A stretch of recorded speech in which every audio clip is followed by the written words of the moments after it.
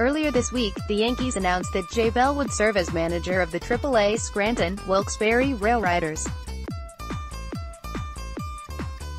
Since Bell joined the Yankees farm system in 2017, he's been a fast riser. After serving just 1 year as the manager at High-A Tampa, he was promoted to the same position at Double-A Trenton. He took both teams to the playoffs and now looks to do the same with the RailRiders. Given Bell's track record as both a player and a manager, it seems safe to say Yankees prospects are in good hands as long as Bell is around. After spending 18 seasons in the big leagues, Bell developed quite a track record as a player. He was a former first-round pick in 1984 and made his major league debut at age 20. However, it took him until his fifth season to stick around as a full-time regular. Bell went to 2 All-Star games, 1993 and 1999. Yankee fans might remember Bell from the 2001 World Series. He scored the game-winning, series-clinching run in Game 7. As his career wound down, he saw his time on the field diminish until he retired after the 2003 season, but he always knew he wanted to get into managing. As a manager, Bell uses his experiences as a player to inform many of his decisions.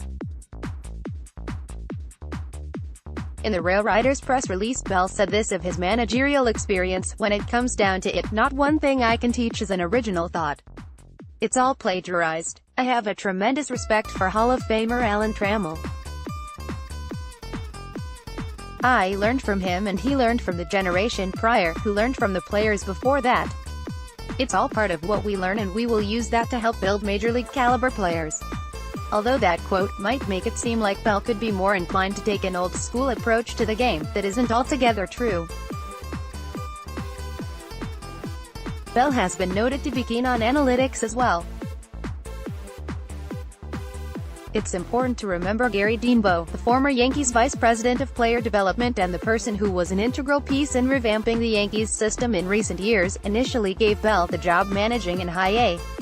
Additionally, the Yankees, one of the most analytic-driven teams in the league, have felt comfortable enough to keep promoting him.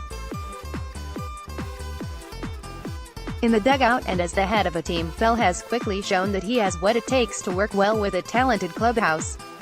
He's 2 for 2 on playoff appearances as a manager, and from Alberto Abreu and Domingo Acevedo to Jonathan Loaizaga and Estevan Florial, Bell's managed just about every decent prospect in the Yankees system, and his players seem to love him.